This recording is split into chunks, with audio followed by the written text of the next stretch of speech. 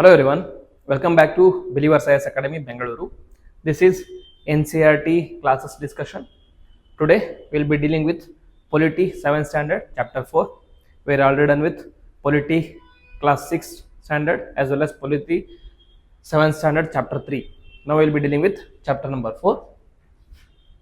And the chapter number 4 is Growing Up as Boys and Girls. Okay, in this chapter we'll be discussing about the work a boy and a girl do, a work a man and a woman do, and we'll also see what is the social construct of gender and what is the biological aspect of sex. Okay, and we'll also see certain examples, that is how society is different from another country as compared to our own country.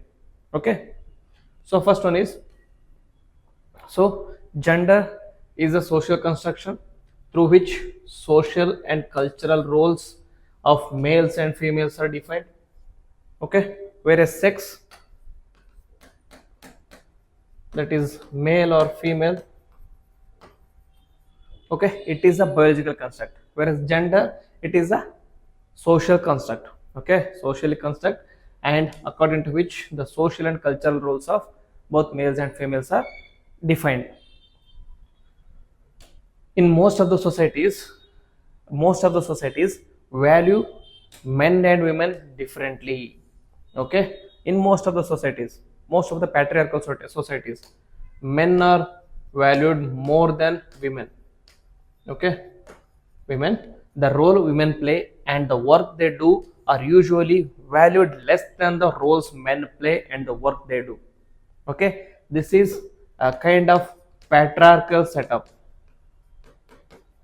Okay, patriarchal setup which has evolved over the period of time. Okay, this clears the fact that men and women do not have the same status. Okay, there are few examples where women are the head of the house.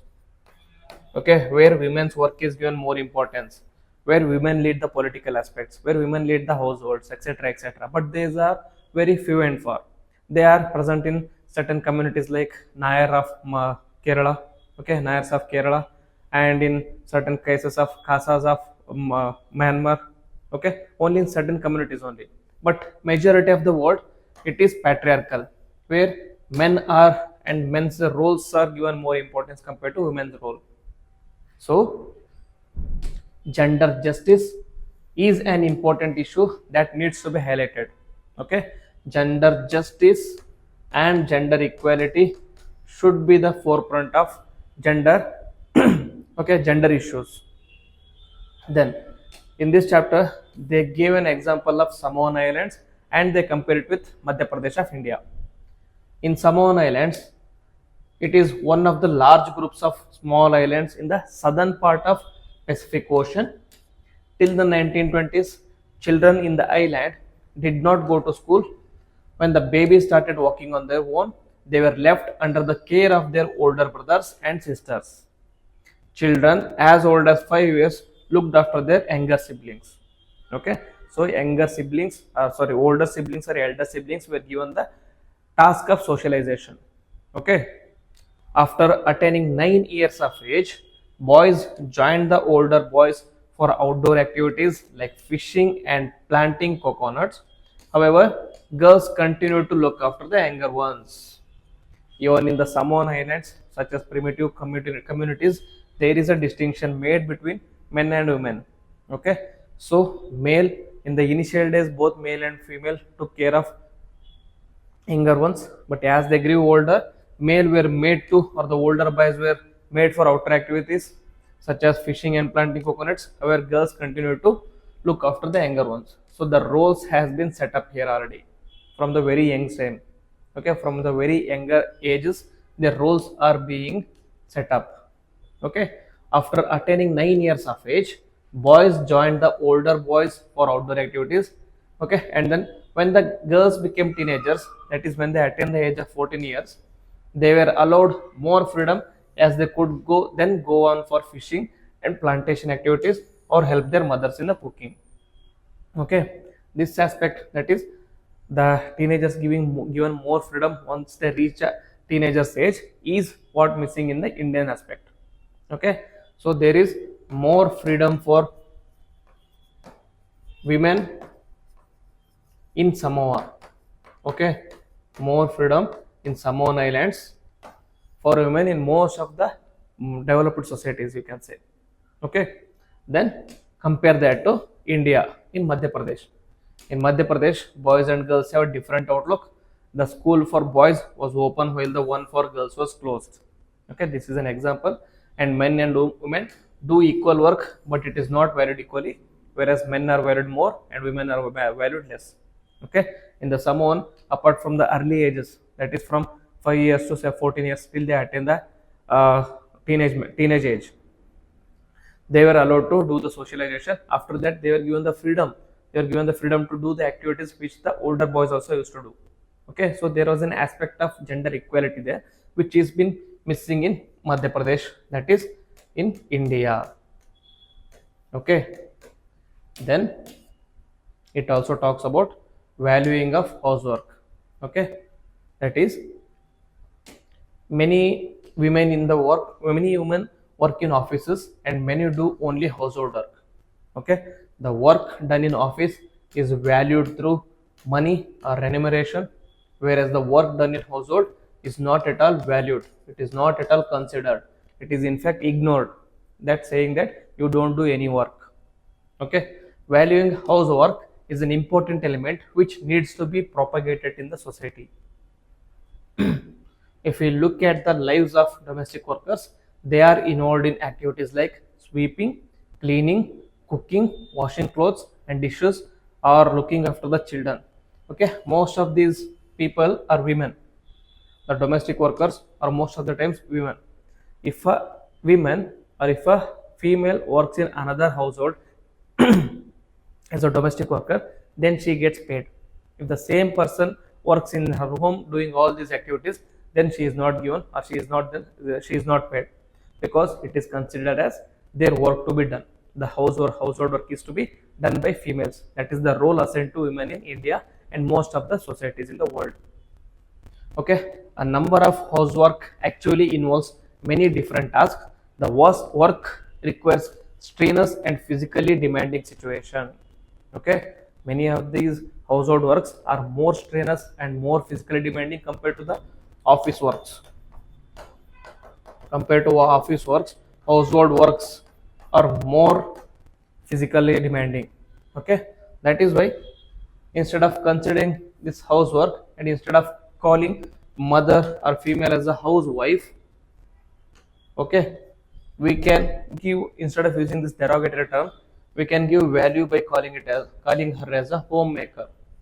Okay, she is not a housewife, instead she is doing a work that is making the home. This is how we can improve the status of women.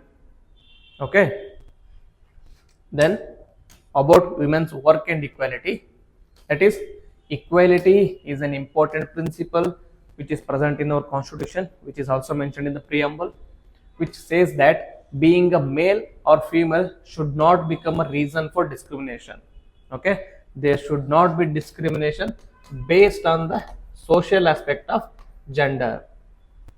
While the constitution does not discriminate between the male and female, but in reality, sadly, discrimination still carries on. We have seen how the discrimination carries on. Discrimination in the education, discrimination in the work, discrimination in valuing their work, discrimination in the roles they are assigned.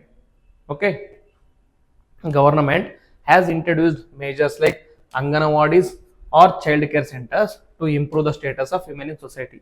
Okay, so government, as part of its welfare measures, understanding the need for gender justice, has tried to provide certain measures such as Anganawadis, care centers, etc. etc. The government has also started to create facilities to help women to take up employment outside the home. Okay, so many times it is said that women empowerment is only possible when women have a financial independence. To attain this financial independence, they need to get employment, a employment which provides them remuneration. Okay, so in this aspect, government has provided employment opportunities for women, so that they can attain financial independence and they can have an equal footing compared to men. Then okay, so in the societies we find distinction between boys and girls. This begins at a very young age, as we have seen in the example of Samoans and we have seen the examples of Madhya Pradesh. Boys are often taught to be tough and serious, while girls are taught to be soft and mild. Okay, you might have seen the famous advertisement where the advertisement says that like मर्द रोते नहीं है, मतलब men should not cry, okay, boys should not cry, boys should not cry, and that is why they are made tough and serious, and then they go on to commit domestic violence, saying they should not cry, etc., etc. Okay, these are some strong social messages. These roles are assigned at a very young age itself. It starts from the family itself. So the change should also come from the family itself. Change should come from the home itself. Okay, boys are given toys like cars and guns to play with, while girls are seen playing with the dolls, okay, such as Barbie, etc., etc. And these toys become a way of telling children what they will have different futures when they become men and women. Okay, this imbibes a distinction between men and women or boys and girls among the small ages only. Okay, from the very young age itself. You might have seen the toys. Okay, boys are given toys such as guns, etc., etc. They think they can become a soldier or etc., whereas girls are given toys like Barbie or cooking, etc., etc., so that they become, you have to become beautiful, you have to become housewife, you should learn about cooking, etc., etc. These values are embedded from the very young age, from these very small things such as toys. Okay, toys and etc., etc. In most societies, we already discussed, men and women are valued differently. The roles women play and the work they do are usually valued less than the roles men play and the work they do. This is the fact that men and women do not have a same status. Okay, so what I explained already. If a woman is a housewife, it is often said that she does not work, but in reality, it is always the woman who bears the main responsibility for housework and caregiving tasks like looking after the family and socialization processes. She does not earn any money by doing these tasks. Her work is not recognized and her work is ignored despite doing all these strenuous works. The term housework involves many different tasks which require heavy physical work, which is done by women. In both rural and urban areas, women and girls carry heavy loads of firewoods. Housework involves washing clothes, cleaning, sweeping, and cooking foods for the family. All these works are very tough. Still, women do them every day. They do not complain or show any anguish on their face because it is what is taught to them from the very young age. That being a female, being a woman, being a girl, this is your duty to do. You are going to a different family as a wife. You are going to a different family as a daughter-in-law. As a role of your daughter-in-law, you have to take care of that particular family. Once you become mother, you have to take care of your children. Once you become older, you have to take care of the household itself, everything. Okay, that is imbibed and taught from the very young age itself. Work of women is time consuming too, and they do not have much time for leisure. Okay, normally men who work in activities such as IT companies or industry, etc., etc., they do have certain time period for their leisures. They do have certain breaks, but whereas the work in the household, it is continuous, so they do not find any time for their leisure also, and they do not have any time to look after themselves. Okay, many women nowadays work both inside and outside the home. This is often referred to as a double burden. That is, a woman working in the office is also expected to do the household works. Okay, so she is burdened with two works, which is called as double burden. Okay, or also called as dual roles. Dual role, that is role as a employee in their office and role as a mother, like wife, etc., etc., for their family. Okay, so there is extra pressure on the working women. So equality is a very important principle in the constitution, that being a male or female should not become a reason for discrimination. But what we have seen in the reality, that inequality exists. Then, so this ends our discussion, but we will also have certain vocabulary in this chapter, that is looking after the, what is caregiving? Caregiving is looking after the family with great sincerity. And what is devalue? Devalue is when we do not give due recognition to work, it means we devalue it. In our society, women's work is easily devalued. And what is double burden? There are several women who work both inside and outside the home. This is known as a double burden. Identity is, it is a sense of awareness of who one, awareness of who one is. For example, a person can be a brother, a pilot, or an engineer. Then physically demanding, that it refers to the household tasks which are very tough and demand great physical strength, such as collecting firewood, okay, etc., etc. It refers to time consuming, is it refers to various household tasks which take so much of time. Strenuous is nothing but very tough and difficult activities. Okay, so this is a small chapter but very important chapter.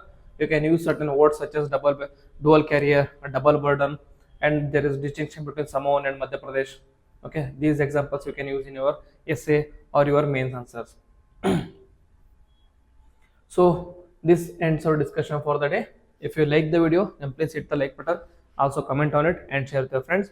And if you are new to the channel, please subscribe to the channel and also click on the bell icon so that you don't miss a notification. With this, I will end the video. Jai Hind.